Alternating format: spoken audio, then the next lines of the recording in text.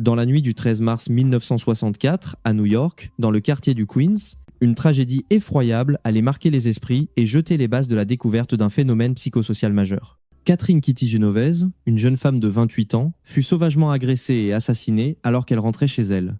Ce crime a choqué non seulement par sa brutalité, mais plus encore par une vérité glaçante. Plus de 30 voisins ont entendu ses appels au secours, ou même assisté à une partie de l'agression qui a duré plus d'une demi-heure sans que personne n'alerte immédiatement la police.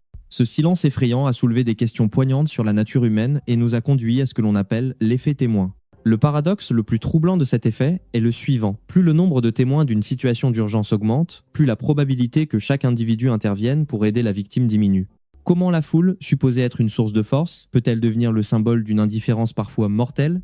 Pour décrypter ce phénomène, nous allons revenir sur l'affaire Kitty Genovese, analyser les principes fondamentaux de l'effet témoin, explorer le modèle des étapes d'intervention ou de non-intervention d'un observateur et surtout examiner ses conséquences et les moyens de surmonter cette barrière psychologique. L'affaire Kitty Genovese a poussé 2 psychologues sociaux, Bibb Latané et John Darley, à approfondir leurs recherches. Ils ont identifié 3 principaux facteurs psychologiques qui rendent la foule passive. Le premier et le plus crucial est la dilution de la responsabilité. En présence de nombreux témoins, chaque individu sent sa propre responsabilité diluée, tendant à penser « quelqu'un d'autre va sûrement s'en occuper ». Par exemple, dans une salle de classe, lorsqu'un professeur pose une question à l'ensemble du groupe, beaucoup d'étudiants hésitent pensant que quelqu'un d'autre répondra.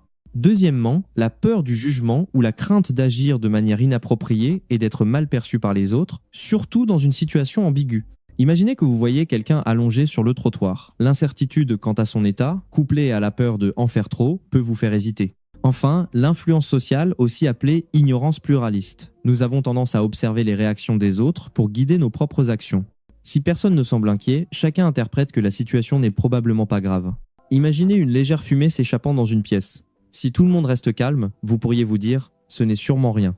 Pour mieux comprendre le processus décisionnel d'intervention, Latané et Darley ont développé un modèle en 5 étapes. L'effet témoin peut interférer à n'importe laquelle de ces étapes. Premièrement, la personne doit remarquer l'événement. Deuxièmement, elle doit l'interpréter comme une urgence. C'est là que l'influence sociale peut fausser son jugement. Troisièmement, et c'est peut être l'étape la plus cruciale, elle doit assumer une responsabilité personnelle. C'est ici que la dilution de la responsabilité joue souvent un rôle majeur. Quatrièmement, elle doit savoir comment aider. Le manque de compétences peut être un obstacle.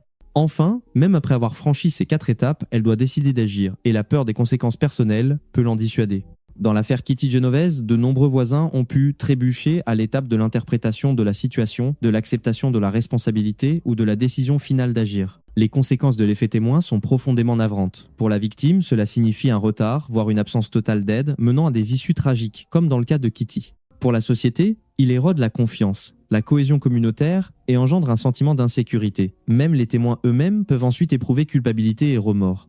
Cependant, une lueur d'espoir subsiste. Comprendre l'effet témoin est le premier pas pour le combattre. Lorsque vous prenez conscience que vous pourriez être influencé par la psychologie de la foule, vous avez une meilleure chance de vous en affranchir. Si vous êtes victime ou témoin, rendez la situation la plus claire possible. Par exemple, au secours, l'homme en chemise rouge m'agresse. Plus important encore, désignez spécifiquement une personne, vous monsieur avec la veste bleue, appelez la police s'il vous plaît. Cette action élimine la dilution de la responsabilité. Et si vous sentez que quelque chose ne va pas, soyez le premier à agir, votre action peut briser l'influence sociale et encourager les autres. Le cas tragique de Kitty Genovese n'est pas seulement une histoire criminelle navrante, c'est un avertissement profond concernant l'effet témoin, cette barrière psychologique qui nous rend passifs. La dilution de la responsabilité, la peur du jugement et l'influence sociale en sont les principaux moteurs, mais en les reconnaissant, en les comprenant et en appliquant des stratégies spécifiques, chacun de nous peut briser le cercle vicieux du silence. Vous êtes-vous déjà trouvé dans une situation où vous avez senti l'influence de l'effet témoin ? Que pensez-vous que notre société puisse faire pour bâtir une communauté plus prompte à aider et à intervenir ?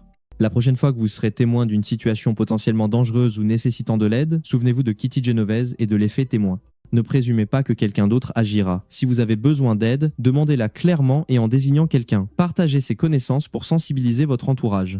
Car, aussi modeste soit-il, votre geste peut faire une énorme différence, voire sauver une vie. Ne laissez pas le silence de la foule l'emporter sur votre compassion et votre sens des responsabilités.